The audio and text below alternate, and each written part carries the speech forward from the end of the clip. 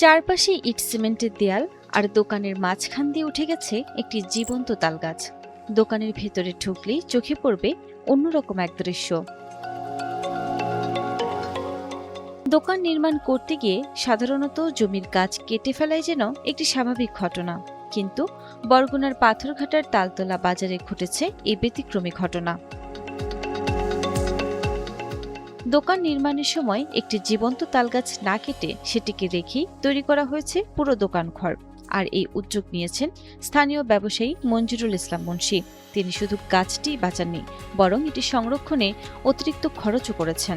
এখানে যে তাল গাছটি দেখতে পাচ্ছেন, আসলে তাল গাছটি রাখার জন্য এই মালিক, এই ঘর মালিক প্লাস এই জমির মালিক যারা, তারা অনেক চেষ্টা করছে এবং তাল গাছটি বাঁচিয়ে রাখার জন্য সর্বোচ্চ চেষ্টা করছে। তো এটা আসলে আমার দৃষ্টিকোণ থেকে এবং রাজনৈতিক যদি ভাবে বলেন, আমি একজন যুবদলের একজন কর্মী, আমি পাথরঘাটা উপজেলা যুবদলের সিনিয়র যুগ্ম আহ্বায়ক। তারেক রহমানের যে ভিউ আগামী 5 বছরে সারা বাংলাদেশে 20 থেকে 25 কোটি গাছ লাগানোর যে লক্ষ্যমাত্রা, সেই জায়গা থেকে আমি তাদেরকে ধন্যবাদ জানাই যে যেখানে মানুষ ঘরবাড়ি তোলার জন্য গাছ কেটে উজাড় করছে, সেখানে একটি গাছ রাখার জন্য তারা অনেক বড় একটি উদ্যোগ নিয়েছে। এটি আমি আমার জায়গা থেকে আসলে এটি ধন্যবাদ পাওয়ার যোগ্য যে গাছটি রাখার জন্য তারা সর্বোচ্চ চেষ্টা করেছে। স্থানীয়দের মতে একসময় তালতলা এলাকা জুড়ে ছিল অসংখ্য তাল গাছ।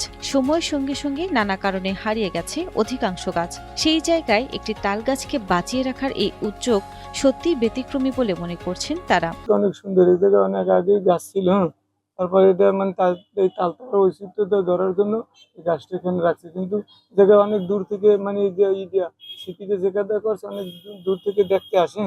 আমি শ্যাম্পু দিয়ে সাবান দিয়ে অনেক সাজাই রাখছি, এখানে দেখতে অনেক সুন্দর লাগে। আমার দ্বারাও ভালো লাগে এবং জনগণের জন্য অনেক ভালো লাগে। শুধু গাছ রেখে দোকান নির্মাণই নয়, গাছটির সুরক্ষায় অতিরিক্ত অর্থও ব্যয় করেছেন মঞ্জুরুল।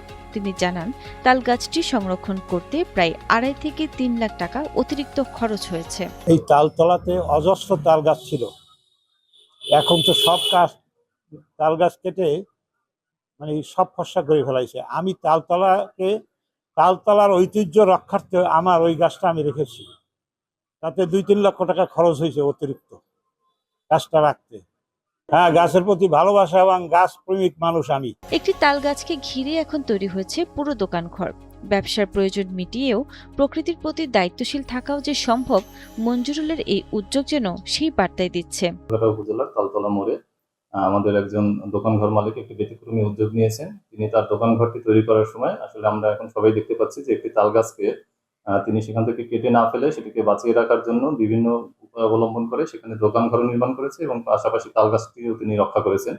তো এটা আসলেই একটা প্রশংসনীয় উদ্যোগ এবং এটা আমাদের সকলের জন্যই শিক্ষণীয় একটি বিষয় যে আমরা আমাদের অবকাঠামোগত উন্নয়ন করতে গেলেও যে আমরা আমাদের বৃক্ষকে রক্ষা করে পরিবেশকে বাঁচিয়েও যে করতে পারি, এটা ওনার কাছ থেকে শিক্ষণীয়। এর জন্য ওনাকে ধন্যবাদ জানাচ্ছি। আমি পরিবেশ আমরা আরো ভালো রাখতে পারবো এবং আমাদের জন্য ভালো হবে। এবং এর পাশাপাশি আমাদের মাননীয় প্রধানমন্ত্রীর যে একটি উদ্যোগ, যে 5 বছরে 25 কোটি বৃক্ষরোপণ উদ্যোগ, সেটিও আসলে এরকমের যারা আছেন তাদের মাধ্যমে আসলে আমরা সফলভাবে বাস্তবায়ন করতে পারবো। উন্নয়নের জন্য গাছ কাটতেই হবে এমন ধারণাকে বদলে দিয়েছে তালতলা বাজারের এই দোকানে।